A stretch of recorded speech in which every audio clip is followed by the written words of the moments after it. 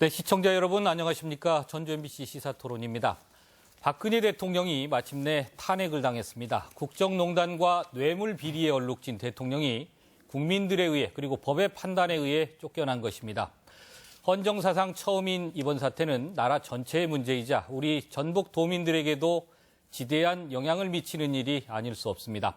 시사토론 오늘은 대통령 탄핵의 의미를 짚어보고 촛불 민심에 따른 사회개혁 그리고 조기 대선 등 남은 과제에 대해서도 토론해 보겠습니다. 먼저 오늘 함께하신 분들 소개해 드립니다. 이용호 국민의당 국회의원 나오셨습니다. 네, 안녕하세요.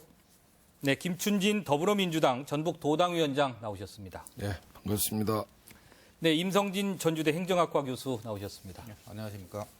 네, 이세우 전북 비상시국회의 대표 나오셨습니다. 네, 반갑습니다. 네, 자리 함께해 주셔서 감사하고요. 네, 탄핵 심판이 내려졌는데요. 탄핵의 순간들 우리 국민들은 어떻게 지켜봤을까요? 저희가 준비한 영상이 있는데 잠시 보시고 토론 시작하도록 하겠습니다. 피청구인을 파면함으로써 얻는 헌법 수호의 이익이 압도적으로 크다고 할 것입니다. 이에 재판관 전원의 일치된 의견으로 주문을 선고합니다. 주문, 피청구인 대통령 박근혜를 파면한다.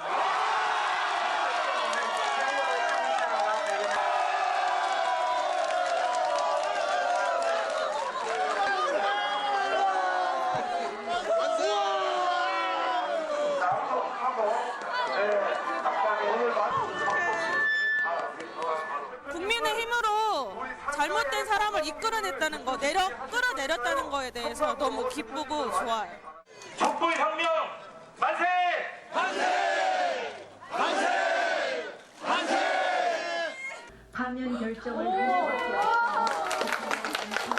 국민들의 바람대로 탄핵이 인용되어서 대한민국의 국민들이 자유민주주의 국가의 국민으로서 행복하게 살 수 있을 거라고 생각합니다. 지금 기분 되게 좋고요. 지금 또 더 좋은 대통령이 와서 저희 나라를 좀 더 밝게 만들었으면 더 좋겠습니다. 네, 국민들이 많이들 좋아하시는 것 같은데요. 네, 헌법재판소 심판 결과에 대해서부터 토론을 시작하도록 하겠습니다. 이용호 의원님께 좀 여쭤봐야겠는데요. 전원 일치 인용이었습니다. 내용 좀 설명 먼저 듣겠습니다. 우선 저도 혹시나 6대2다 여러 가지 설이 난무해서 걱정을 했었는데 8대 0으로 전원 일치로 탄핵을 인용한 것을 정말 축하를 하고 싶은 마음입니다.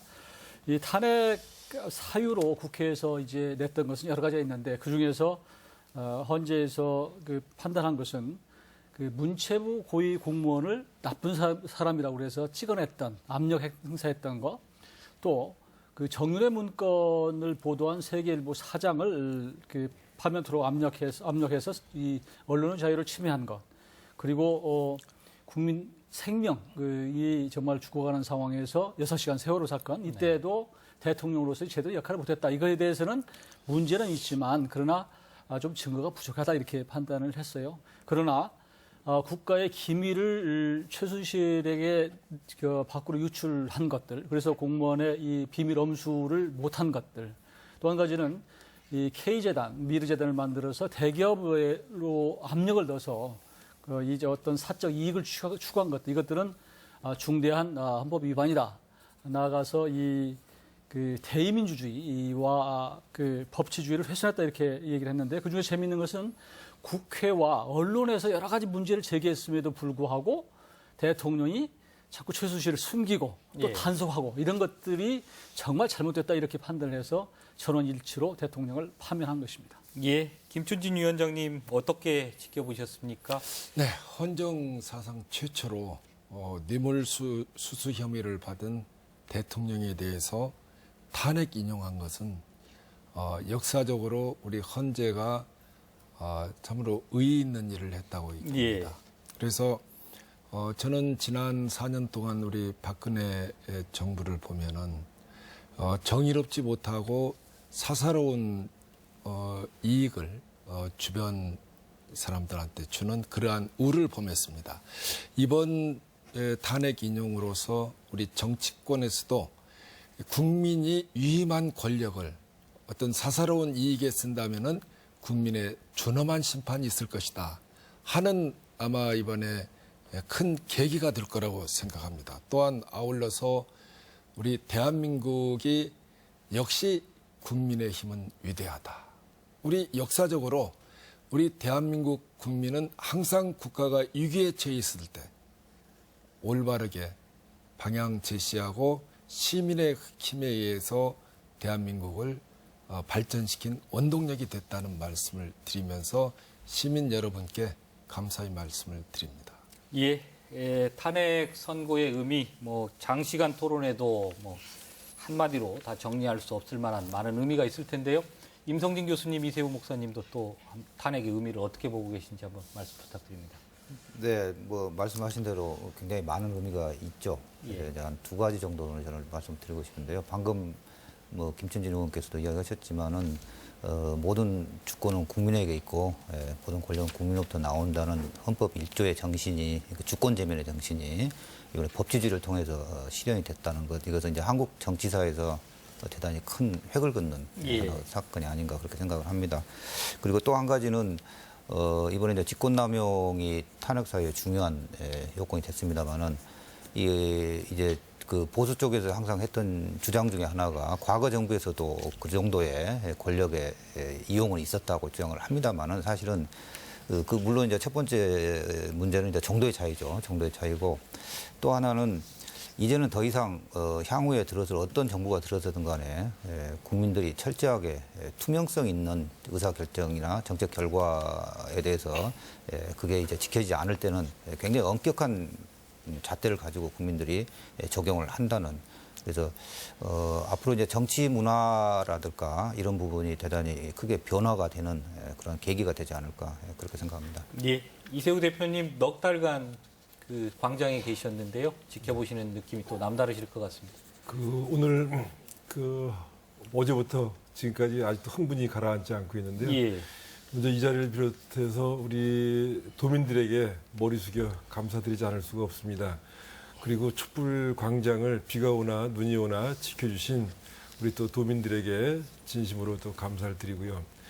그러면서 좀 빼놓을 수 없는 게 우리 청소년들한테 고맙다고 하는 인사를 또 드려야 되는데, 처음엔 청소년들이 나와서 무척 좀 당황스러웠고 집으로 돌려보내야 되고 학교 현장으로 가라고 얘기해야 되나 그렇게 고민도 했었지만 청소년들이 당당하게 자기 주장들을 얘기하는 것 보고 또 자발적으로 또 이렇게 참여하는 걸 보고 오히려 우리가 이거 더 배워야 되지 않나 해서 청소년들과 함께 했는데, 끝날 때까지 청소년들이 자리를 떠나지 않고 계속 지켜주면서 여기까지 오지 않았나 좀 생각을 하고 있습니다. 광장의 승리라고들 얘기 많이 하는데 저희들 참 많은 것들을 배워가면서 이번에 촛불과 함께 여러 가지 참 민주주의를 자꾸 한 발 한 발 다가서게 되는 데 있어서 어떤 크나큰 이런 역사적 사건이 되었음에 저희들은 지금 무한한 감사와 또 자부심들을 가지고 있습니다. 예. 네. 박근혜 전 대통령이 탄핵을 당한 사유는 온 국민이 다 알다시피 국정농단 그리고 뇌물 등 각종 비리입니다.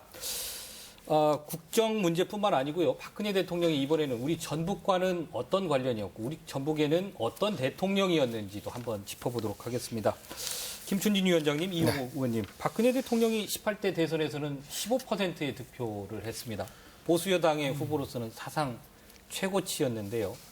이 4년 동안 아마 실망이 가장 큰 것도 우리 전북 도민이 아니었나 싶은데요. 박근혜 대통령과 전북 도민의 4년 어떻게 평가하십니까? 네. 저는 한마디로 국민 불행 시대였다. 또 도민 불행 시대였다.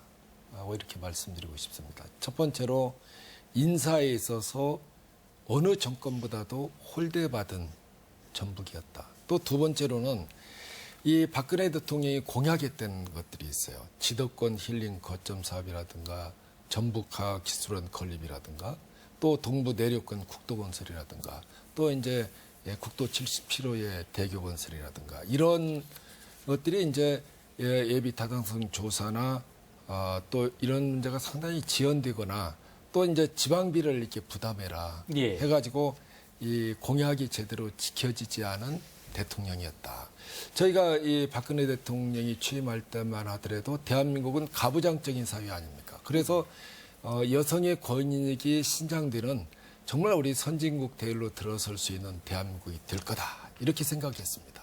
그런데 대통령 공약되어 있는 경제민주화라든가 우리가 예를 들어서 복지정책이라든가 또 문화융성이라든가 문화융성은 브랙리스트 만들어가지고 오히려 문화를 저해한 이제 그런 대통령이 됐고 또 경제민주화는 재벌을 집중적으로 육성함으로써 오히려 양극화가 심한 정권이 돼서 사상 최대로 청년 실업률이 높고 대한민국에 부채가 많은 부채공화국을 만들었다. 또 우리의 수입도 줄어들고 지출도 줄어들고 모든 지표가 사상 최악이었다. 우리 수출도 사상 최악으로 2년 연속 마이너스가 기록한 이런 정부였다고 보기 때문에 정말 한마디로 도민 불행시대, 국민 불행시대였다고 봅니다. 예, 이용호 의원님 그래도 전북 예. 도민의 측면에서 보면 가장 불공평했던 것이 인사탕평을 약속했음에도 지키지 않았다. 이런 부분들이 아닌가 싶습니다. 당시 대통령 선거 당시에 돌아가 보면 예. 사실 인사탕평에 대해서 상당히 기대가 있었던 것 같아요. 당시에 이제 민주당 그 당시에 민주당입니까 후보로 있던 문재인 후보가 사실은 부산이 고향이고 또 청와대 비서실장으로 있을 때 호남의 인사차별을 했다라고 하는 그런 시각이 있었고 비판이 있었습니다. 그 반면에 이제 박근혜 지금 이제 전 대통령 같은 경우는 그 당시 후보는 뭔가 좀 다를 거다 이런 기대가 막연하게 있었던 것 같아요.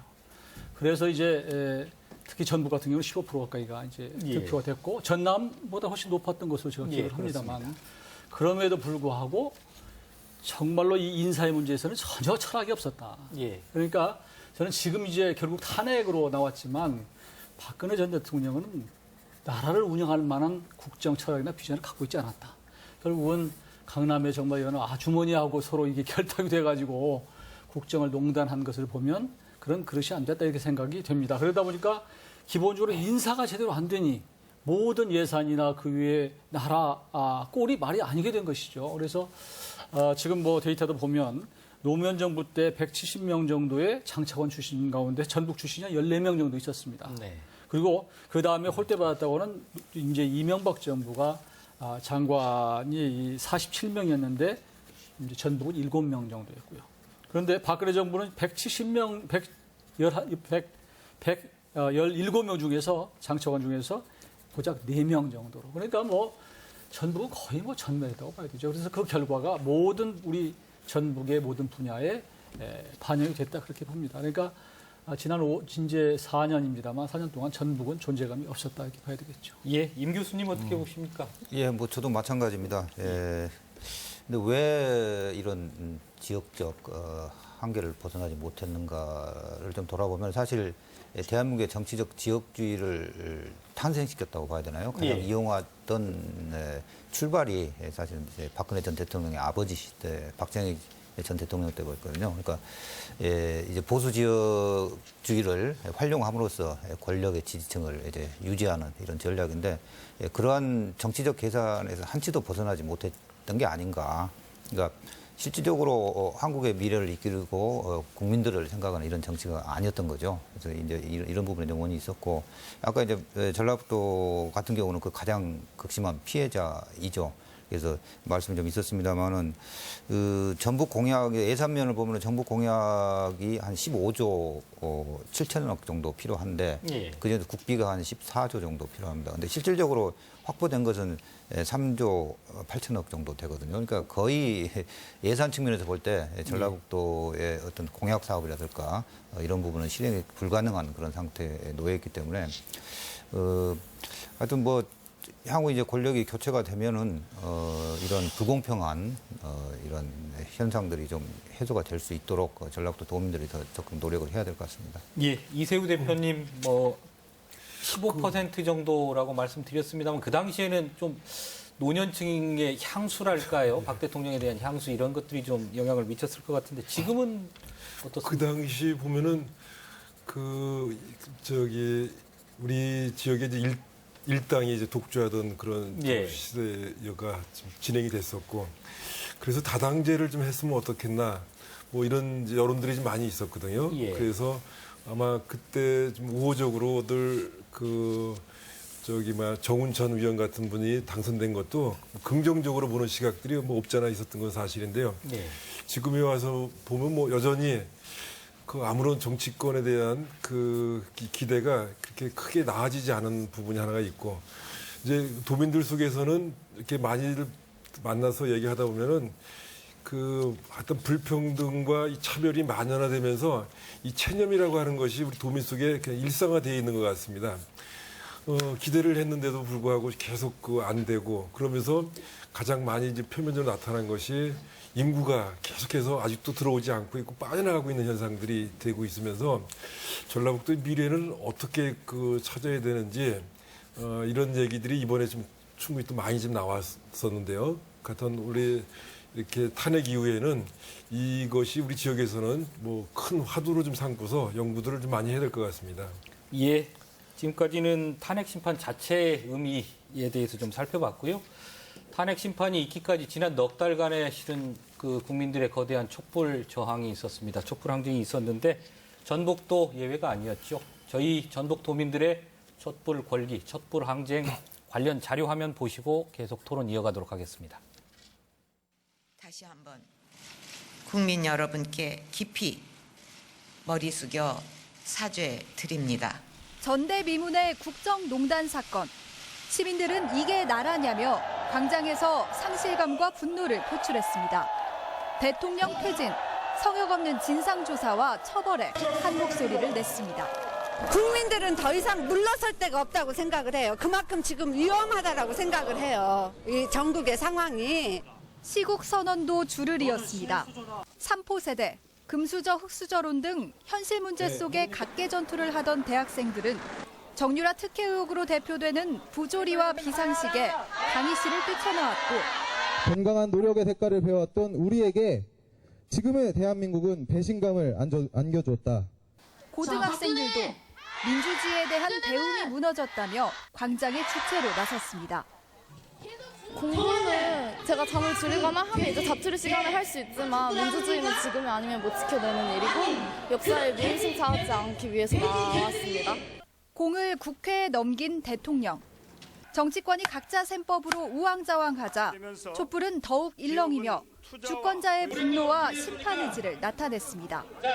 3차 담화 직후 열린 12월 3일 집회에는 도내 각 시군에서 2만 5천 명이라는 역대 최대 인파가 몰렸고, 이후 정치권의 탄핵 가결을 이끌어냅니다. 대통령 박근혜 탄핵 소추안은 가결되었음을 선포합니다. 집회 모습도 87년 민주항쟁과는 또 달랐습니다. 시민들의 요구는 대통령 탄핵 한 가지였지만 장애인과 여성, 청소년 등 집회 참가자 수만큼의 다양한 목소리가 광장으로 흘러나왔고, 풍자 섞인 비판과 즐기는 집회, 아이들과 함께 와도 부담스럽지 않은 집회에서 시민들은 새로운 세상을 이야기했습니다. 이번에 정경윤착의 고리를 완전히 단절하고 국가 최고 권력자에게 그 권력을 내려놓게 한 주권자 국민의 준엄한 명령이 내려진 현장. 2016년과 17년의 비폭력 촛불혁명은 헌정질서 내에서의 대통령 탄핵을 이끌어내며 소기의 성과를 거두고 더 나은 세상을 향한 큰 걸음을 내딛었습니다. 네, 이 자리에 지금 전북시국회의 이세우 상임대표님 나와 계시는데요. 이 대표님 지난 넉 달간 어떠셨습니까? 뭐 빼앗긴 휴일이라고 얘기할 정도로 한 번도 안 쉬고, 예. 19차까지 저희들이 촛불 광장을 좀 지켜왔고요. 서울하고 약간의 좀 차이가 있는데 편수가 두 번은 저희들이 또 서울로 상경을 좀 했기 때문에 지역에서는 두 번이 좀 작습니다. 그때마다 저희들 뭐 힘들고 어려웠던 것들도 사실 있었지만은 지금 또 이렇게 많이 든 사람들이 그때가 참 행복했었다 이렇게 얘기하고, 또 저희들한테 좀 고맙다고 이끌어 주셔서 감사하다 그러는데 저희들은 전혀 뭐 이끈 것이 없고요. 정말 시민들 곁에서 시민들과 함께 해야 되겠다고 하는 마음만 좀 있으면서 그 촛불을 지켜왔는데 저희들 가장 크게 좀 의미가 두고 있는 것은 그렇게 오랫동안 많은 인원들이 모였지만 사건, 사고가 한 건도 단 없었습니다. 예. 그리고 끝나고 나면 쓰레기도 일체 또 없었고요. 그리고 처음에는 막 화난 그 시민들이 그 막 욕도 하고 막 그 또 비난 비평들이 많았었는데 갈수록 뭐 차별하는 그런 언어라든가 욕 같은 것도 사라지게 되고 그리고 이 장애인들을 위해서도 수화를 하시는 분, 예. 그 또 배치를 해서 또 설명도 이어지게 되고 그러면서 점점점 그 어떤 큰 집단 지성이 이렇게 형성돼가는 것들을 느끼게 되었습니다. 그러면서 민주주의가 뭐구나, 그리고 그 광장 또 집적 민주주의가 어떤 건가 이런 것들을 스스로 많은 분들이 참여하면서 좀 이렇게 깨우쳐 갔다고 하는 것이 오랜 이렇게 촛불을 통해서 저희들이 얻은 큰 교훈이 되었던 것 같습니다. 예, 임 교수님 이번 촛불 집회 몇 가지 좀 포커싱을 할 만한 부분들이 있는 것 같은데요. 예. 저희 영상에도 나왔습니다만 조금 해석을 좀 부탁드립니다. 네, 뭐 시민의 승리인 것은 예. 명확하고요. 예. 네.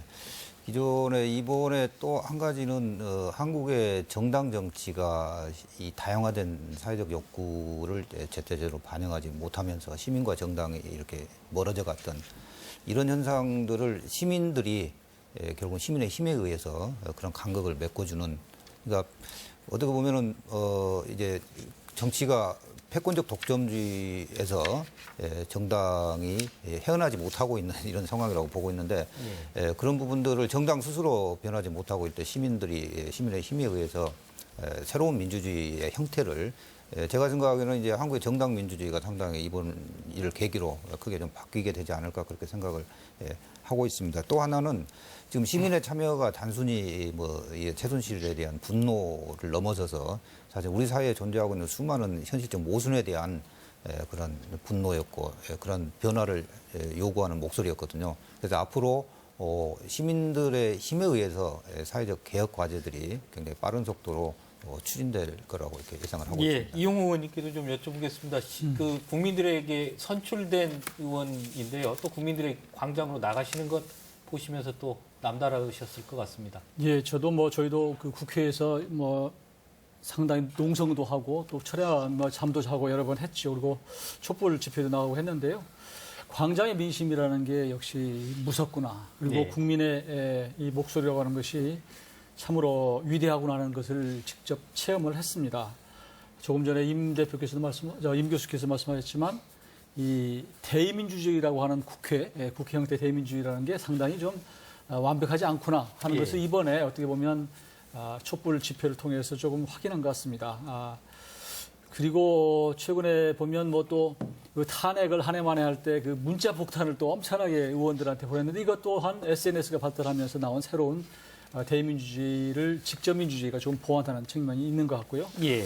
또한 이것이 좀 특징적으로 보면 정말로 이번 일을 통해서 우리 기득권 부패 구조 이것들에 대한 것을 우리 국민들이 여실히 본 그런 계기가 된 것 같습니다. 더구나 이제 우리 젊은 층들, 학생층들이 봤었을 때는 이 정유라라고 하는 그 최순실 딸을 통해서 정말 입학을 하는데 대학의 학칙을 변경하면서까지 이게 입학시키고 이런 것들이 굉장히 감성적으로 폭발시키게 만든 이런 것들이 됐던 것 같고요. 그래서 이번 이제 그 촛불 광장이 젊은 층으로 배워졌던 거 이런 것들은 참 특이하다라는 생각, 어떤 특징적이다 이렇게 봐야 될 것 같습니다. 앞으로 우리 국회에도 이번 촛불 광장 민심들 과정을 통해서 국회가 좀 더 민심을 수용할 수 있는 국민의 뜻을 받들 수 있는 그런 그 구조를 만들 필요가 있다는 것을 절감한 계기가 됐습니다. 예, 김춘진 위원장님도 여러 차례 촛불 집회 나가시는 거 저희들이 봤습니다만 어떻게 느끼셨습니까? 저는 역시 대한민국 국민은 위대하다. 예. 그리고 이 권력은 민주주의를 통해서 뽑힌 권력이든지 또 그렇지 않은 권력이든 권력의 속성은 독재로 향하려는 성향이 있다. 그래서 끊임없는 견제와 감시가 필요하다. 과연 우리 국민들이 이번에 추운 겨울에도 촛불을 들고 견제와 감시한 결과가 탄핵으로 이어졌다고 봅니다. 저는 이번에 우리 대한민국 국민이 여러 가지 과정에서 정말 대통령이 국격을 실추시켰지만은 그 1,500만 명이 모였지 않습니까? 예. 그런데 사고 하나 없이 그렇게 촛불 집회를 마쳤다고 하는 것은 대한민국 국민의 성숙한 민주의식, 이게 아마 세계사에 길이 남을 겁니다. 이것은 불행 중에도 다행이라고 봅니다. 바로 우리 대한민국의 국격을 높인 일이 이번에 촛불 집회라고 생각합니다. 예, 지금부터는 탄핵 심판 이후 향후 과제, 전망에 대해서 또 본격적으로 토론을 시작해 보도록 하겠습니다. 물론 촛불 민심이 가져온 우리 사회 적폐청산에 대한 과제도 저희가 안고 있는데요. 그보다는 먼저 지금 당장에 발등에 불러떨어진 조기 대선 문제부터 논의를 좀 해보도록 하겠습니다. 이용호 의원님 어떻게 보십니까? 조기 대선 거의 이제 뭐 확실시 된다 해서 이제는 기정사실이 됐는데요. 이번에 정권 교체 확실하다고 보시는지요? 저는 정권 교체는 뭐 확실하다고 봅니다. 예. 다만 이제 어느 후보가 적절한가, 예. 또 어느 정치 세력이 적절한가 하는 부분은 좀 시간이 가야지 변별력이 생길 거라고 생각합니다. 그동안에는 지난번 이제 국회에서 박근혜 대통령을 탄핵시켜 놓고 이후에 보면 그 탄핵 자체를 수용하지 않고 계속 저항하는 보수들이 있었거든요. 소위 이제 태극기 집회에 나온 많은 분들, 또 자유한국당의 의원들, 이런 사람들은 사실 탄핵 자체를 수용하지 않은 그런 상황이어서 사실 탄핵을 찬성하는 80%의 국민들은 그걸 굉장히 견디기 힘들었다고 보여집니다. 그렇기 때문에 그분들은 탄핵을 가져오게 한 책임 있는 사람들이 다시 다음 정권을 갖는 것은 결코 용납할 수 없다. 그러니까 그런 감성 속에서 이제는 어떤 그 제일 큰 당의 후보를 좀 해야 되겠다, 이런 것들이 일시적으로 쏠린 것 같아요. 그러다 보니까 지금 아무래도 이제 민주당 후보로 많은 지지도가 갔는데, 그러나 이제 결국은 대통령은 다 없어졌고, 그리고 이제 과연 대한민국의 새로운 미래를 위해서 어떤 사람이 괜찮은가, 어떤 정치 세력이 어떻게 나가야 되는 것을 좀 찬찬히 이제 생각해 볼 정도의 여유를 찾았다고 봅니다. 그런 상태에서는 저희 국민의당인가 아니면 민주당인가, 여기에서 좀 더 국민들이 좀 변별력을 가지고 지금부터 좀 판단을 하시지 않을까. 그래서 지금처럼 쏠림 현상이 다시 조금 완화되는 그런 과정을 저는 겪으리라고 봅니다. 그러나 분명한 것은 정권 교체는 되리라고 봅니다. 예, 김춘진 위원장님도 하실 말씀이 좀 많으실 것 같은데요. 지금 보면 대선 이야기를 하다 보면 자연스럽게 뭐 문재인 대표가 대세다 아니다 뭐 압도적 1위를 달리고 있기 때문에요. 여러 가지 뭐 희망도 있고 걱정도 있으실 것 같은데, 위원장님은 이번 탄핵하고 대선 어떻게 결부시켜서 말씀하실 수 있을까요? 이번 탄핵은 반드시 이제 정권 교체를 해서 새로운 세상을 만들어라 하는 지상 명령이라고 봅니다. 그러면은 정권 교체만 이루면 다 되는가? 아닙니다. 국민을 위한 정권 교체를 해야 됩니다. 그래서 국민을 위한 정권 교체를 하는데 어떤 후보가 적합한가? 그래서 과거에 이제 국정 경험이 저는 많이 있어야 된다고 봅니다. 그래서 우리 더불어민주당의 지금 새 후보는 문재인, 또 안희정, 이재명, 그리고 최성 후보까지 있습니다만은 이 후보들은 어느 정당의 후보보다도 국정 경험이 탁월하다. 그래서 문재인 후보를 보면은 청와대 수석부터 비서실장까지 국정을 직접 경험했던 사람이다. 그리고 국회의원으로서 역할도 했다.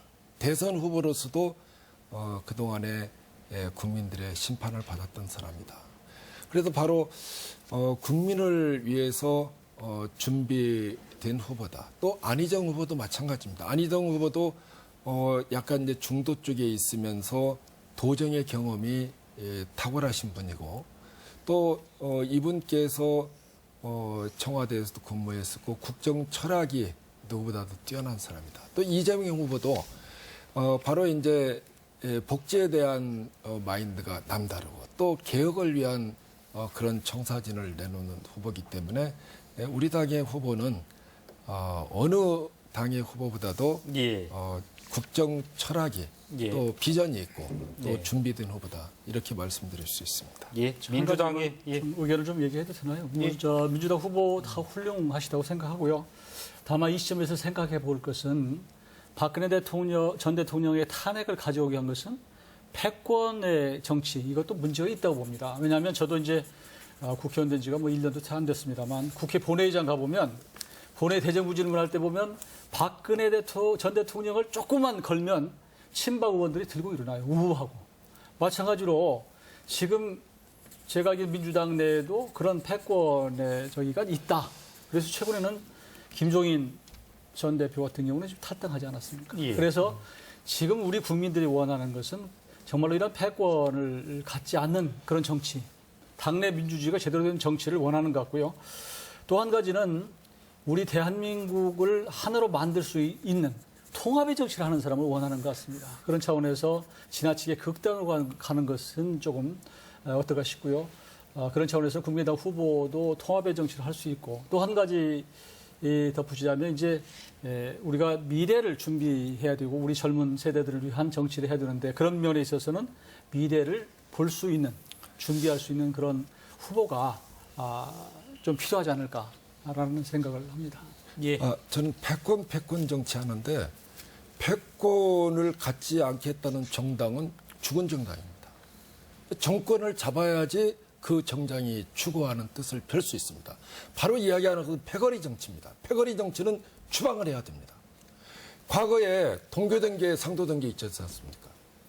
그래서 그런 패거리 정치의 전형, 그런 데서 학습하고 정치를 배운 사람, 이런 사람들은 정계 은퇴해야 됩니다. 저는 아울러서 우리가 제대로 논의하고자 하는 것은 보수냐 진보냐 이것은 상당히 우리가 추구해야 될 가치입니다. 그러나 수구 정치가 문제라고 하는 겁니다.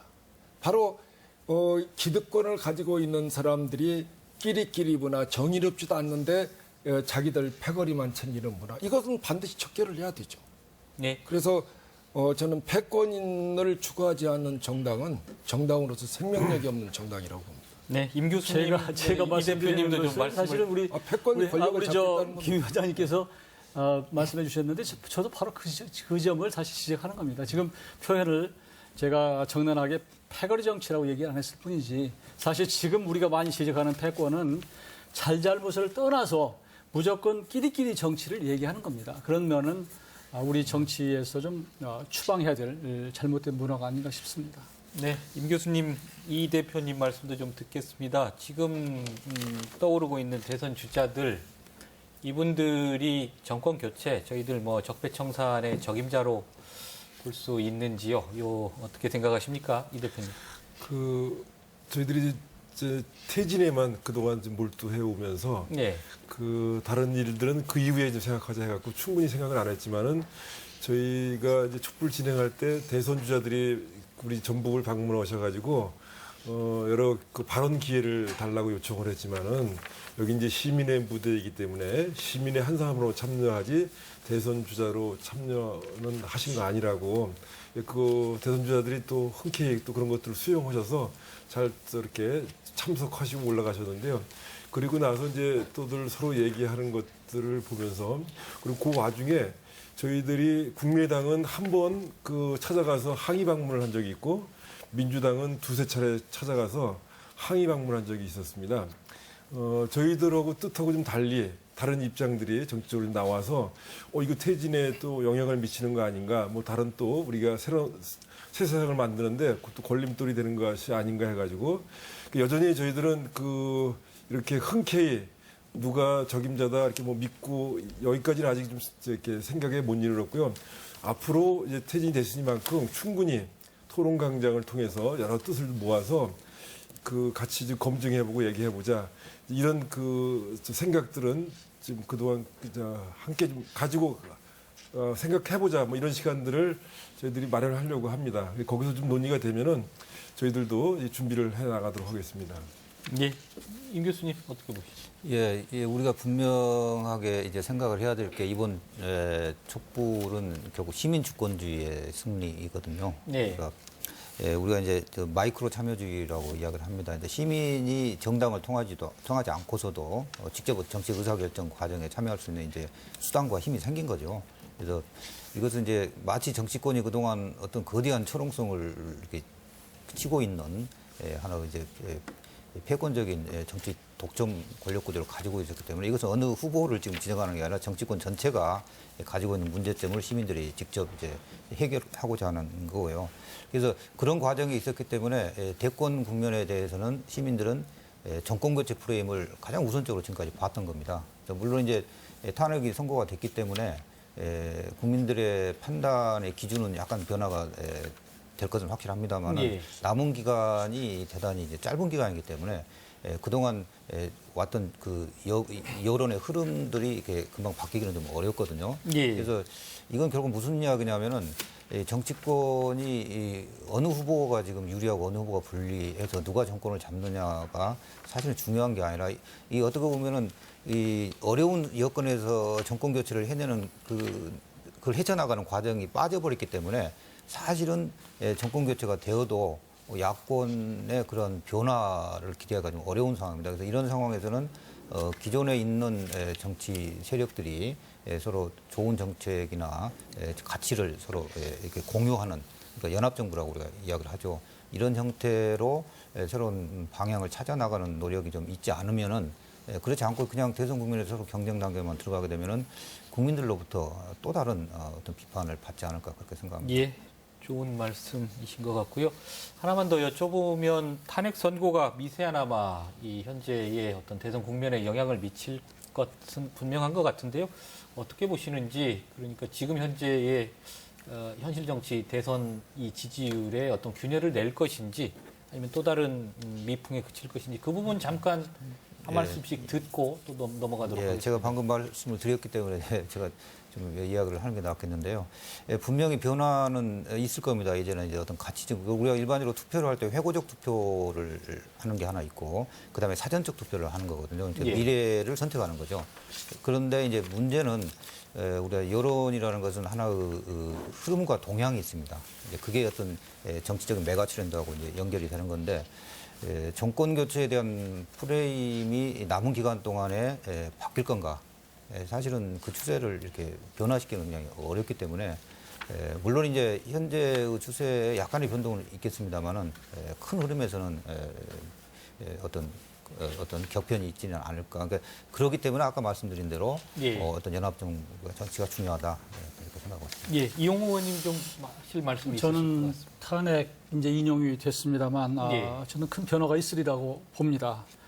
우선 이제 대통령 선거가 이제 5월로 될 것으로 보이는데요. 그러면 원래는 12월에 이제 대통령 선거가 예정돼 있었기 때문에 한 7개월 정도 빨라지는 거거든요. 그동안 그 추운 겨울에 우리가 촛불을 들고 탄핵을 외쳤을 때 대통령 선거 7개월 빨리 하자고 그런 건 아니거든요. 그래서 이제 대통령이 탄핵된 상황에서는 이제는 대한민국의 미래를 위해서 어떻게 해야 되는가 하는 부분을 국민들이 좀 한숨 돌리고 찬찬히 생각할 것이다. 저는 그렇게 봅니다. 그런 차원에서 오로지 정권 교체만, 그러니까 대통령 한 사람만 바꾸는 것이면 끝난다.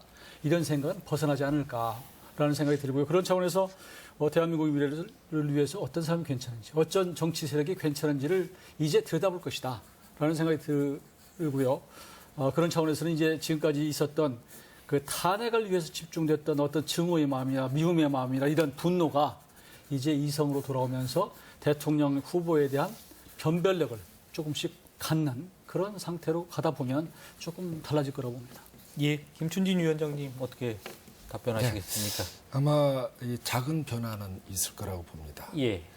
우리 호남의 정신은 과거에서부터 불의에 안거하고 또 우리 동학을 일으켜서 백석이 주인이다 하는 바로 헌법 1조의 정신을 실현하고자 하는 게 바로 호남의 정신이었습니다. 그 결과 우리가 굉장히 차별을 받았지. 우리나라 역대 이 대통령들이 전 국민의 지지를 받는 대통령은 그리 많지 않았습니다.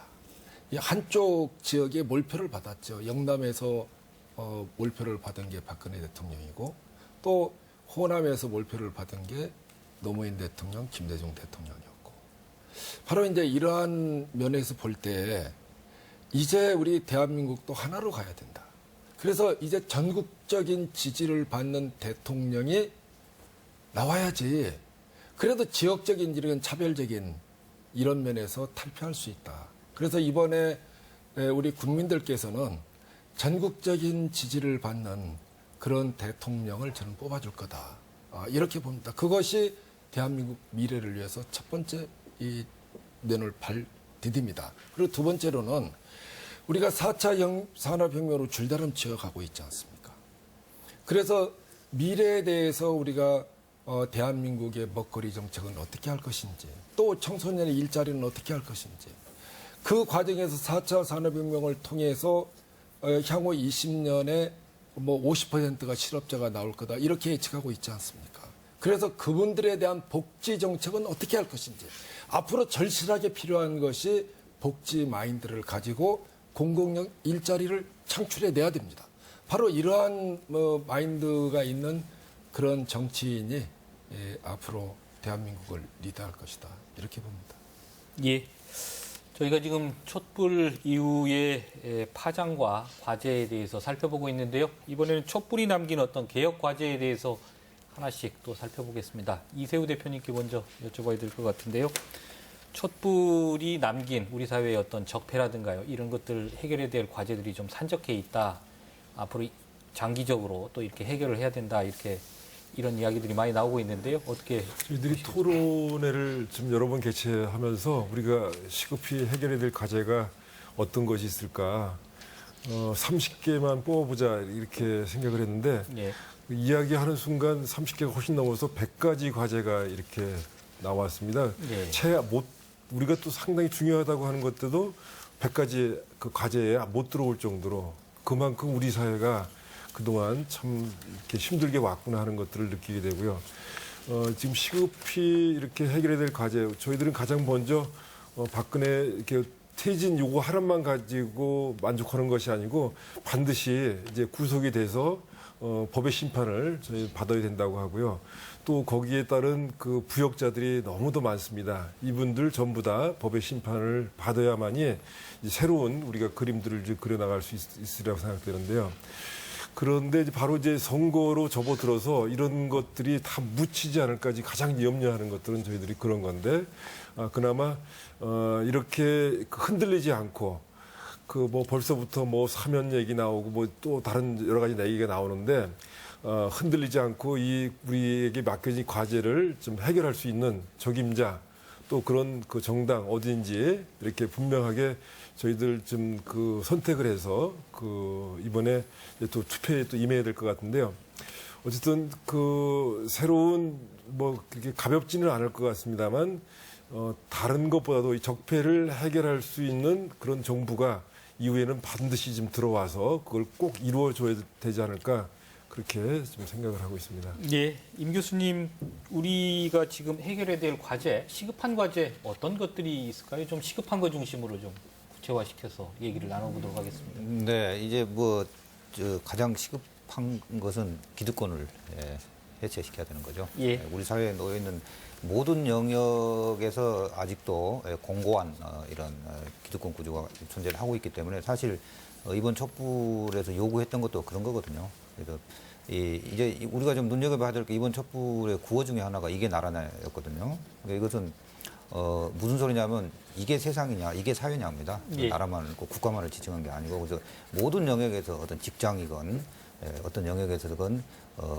이게 맞는 거냐 하는 아주 거센 이런 변화의 일어나지 않을까. 그러니까 과거처럼 아니라고 폐쇄적이고 안주하는 이런 기득권 구조가 이게 과감하게 해체되어야 하는 게 가장 제1의 과제고, 그리고 이제 결국은 그런 것들이 이제 제도적인 변화하고 연결이 되어야 되거든요. 그래서 정치권으로 이제 공이 넘어가게 되는데, 현재 가지고 있는 여러 가지 이제 권력 구조도 그렇고, 정치권이 그런 부분을 변화할 수 없는 스스로가 엘리트주의로 가둬놓고 있는 제도들이 굉장히 많습니다.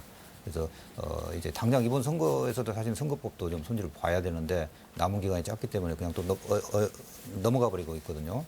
그래서 다음에 이제 그런 정치적 과제들도 추진해 나가야 되는 게 굉장히 시급하다고 봅니다. 예, 이용호 의원님, 그 정치권의 아성이 강하다 이런 얘기도 나오고 있습니다만 어떤 게 시급한 과제라고 보십니까?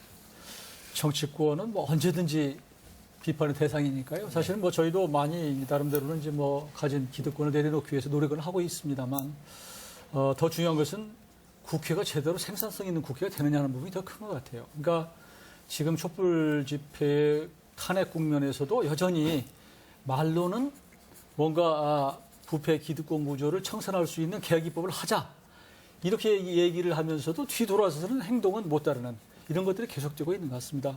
그런데 이제 막상 탄핵이 됐습니다만 그러나 3월 국회 이제 바로 대선 국면으로 들어가기 때문에 3월 국회에서 과연 이것이 될까? 예. 이미 뭐 대선 지금 뭐 경선 치르고 있는 상태거든요.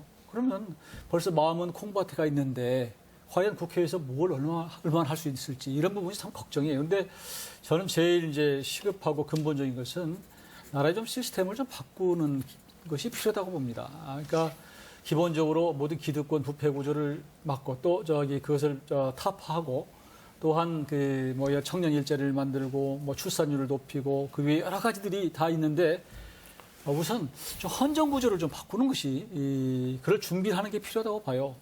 그런 차원에서 개헌도 좀 중요하다는 생각이 들고 또 당장 재벌 개혁 문제 또 한 가지는 검찰 개혁 문제. 사실 검찰이 그동안에 사실은 권력의 신여 노릇을 많이 했거든요. 네. 그 차원에서 이번에는 반드시 해야 되는데 그런 부분이 아직도 안 되는 것이 저도 국회의원의 한 사람으로서 매우 마음이 아프고 그런데 3월에 될까 이런 게 또 국민들 앞에 좀 죄송스럽다 안 되면 이런 것들이 좀 마음에 많이 지금 사실 걸려 있는 상태입니다. 예, 김춘희 위원장님 그 시급한 과제 어떤 것들이 있다고 보십니까? 예, 우선 우리 사회에 유리천장을 없애야 됩니다. 예. 기회가 균등한 사회를 만들어야 됩니다. 그러려면은 교육, 의료, 보육 또 여러 가지 주거문화 여러 가지 측면에서 국가가 최소한의 보장을 할 수 있는 사회를 만들어야 돼. 그래야만이 청년들이 도전할 수 있다. 도전 정신을 갖고 도전을 할 때 창의성이 있는 거고 그 창의성이 국가의 경쟁력이 있는 겁니다. 미래의 사회는 창의성이 없는 사회는 우리가 선진국으로 도약할 수 없습니다. 그래서 바로 그렇게 우리 젊은이들과 국가의 틀을 만들어줄 수 있는 틀을 만들어야 되겠다. 거기에 또 투자를 많이 해야 되겠다. 이러려면은 역시 기존에 있는 대한민국의 틀로서는 안 되겠다. 대한민국 국민을 위한 새로운 틀을 만들어야 되겠다. 물론 여기에 이 경제민주화나 재벌개혁, 언론, 특히 이제 언론이 제대로 보도를 해야 됩니다. 과거에도 이번에도 마찬가지지만 미리 입수한 언론사가 있는데 보도를 안 했다고 하지 않습니까? 그럴 정도로 제대로 이제 언론 집필할 수 있는 분위기와 환경을 만들어야 되고 아까 말씀하신 대로 우리 모두가 함께 변화돼야 된다. 아무리 좋은 법과 제도를 만들어놔도 법 이전의 도덕이고 도덕 이전의 상식입니다. 그래서 그걸 어떻게 운용하느냐에 따라서 달라집니다. 그래서 우리 대한민국 국민 모두가 이번 일을 계기로 해서 다 새롭게 새로운 마음으로 거듭나는 이러한 새로운 세상 만들었으면 좋겠습니다.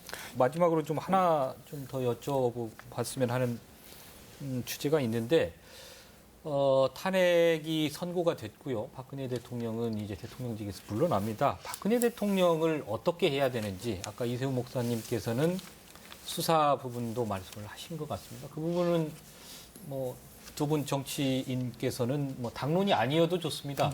박근혜 대통령 향후 어떻게 해야 되는지 좀 의견을 한 번씩 말 듣고 싶습니다. 저는 뭐 박근혜 전 대통령이 문제가 됐던 것은 헌법과 법률을 지키지 않은 거 아닙니까? 예. 그래서 이번 그 마무리도 법과 원칙에 따라서 철저히 하는 것이 좋다고 봅니다.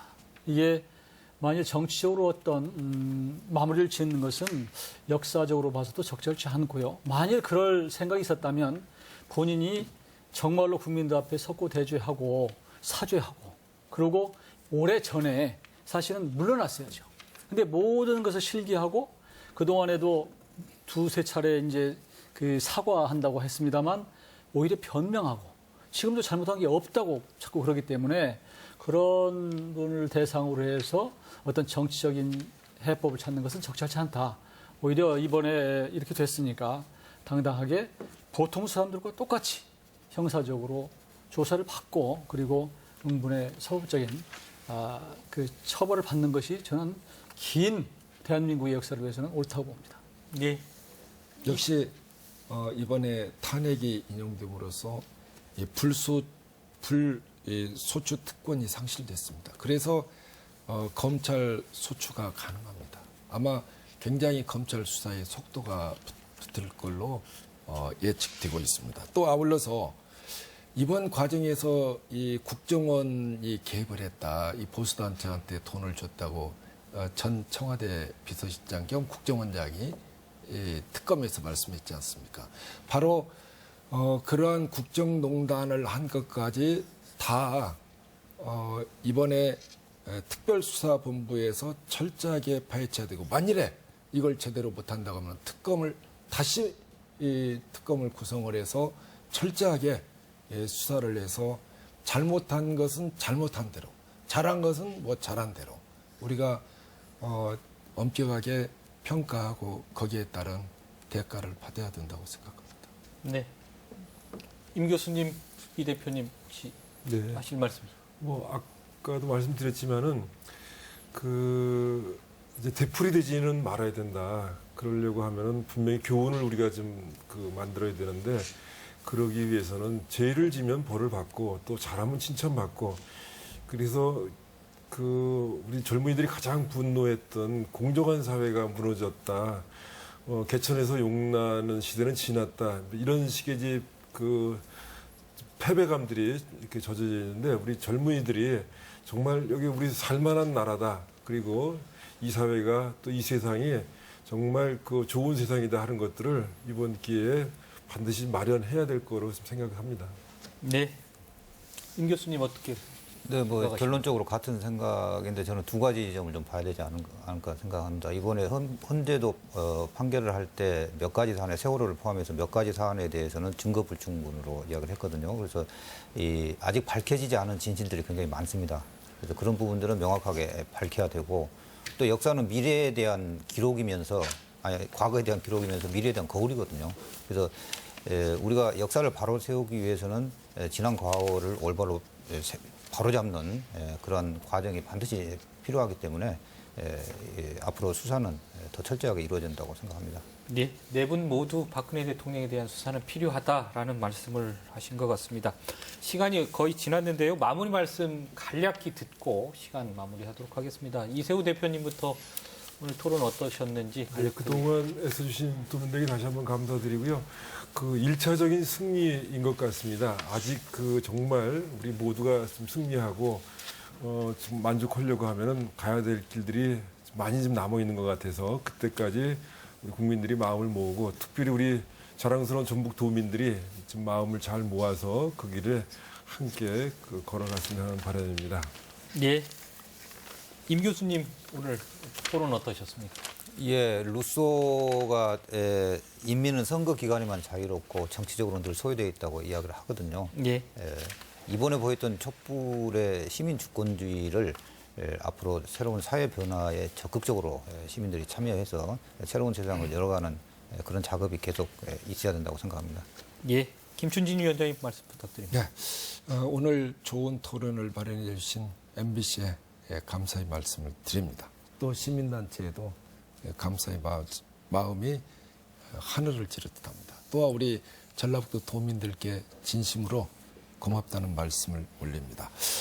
이제 대통령이 누가 될 것인가, 여기에 관심을 갖기보다는 큰 틀에서 어떻게 하면은 우리 국민을 위한 정권 교체가 될 것인가, 아마 이것이 더 중요할 것 같습니다. 앞으로 우리 전북 발전에 어떻게 하면 교두보를 마련하느냐 하는 아주 중요한 이번 선거라고 생각합니다.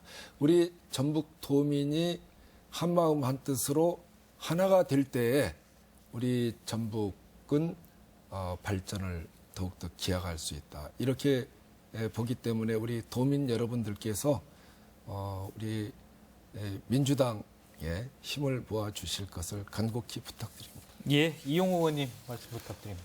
네, 대한민국은 지금 내우 외환에 처해 있습니다. 잘 아시는 바와 같이 트럼프 미국 대통령은 자국 이익, 무역 압력 행사하고 있죠. 북한은 미사일을 계속 쏘고 있죠. 중국은 정말 무자비하게 사드 보복을 지금 하고 있습니다. 그러나 대한민국은 아직은 선장이 결정되지 않은 그런 상태입니다.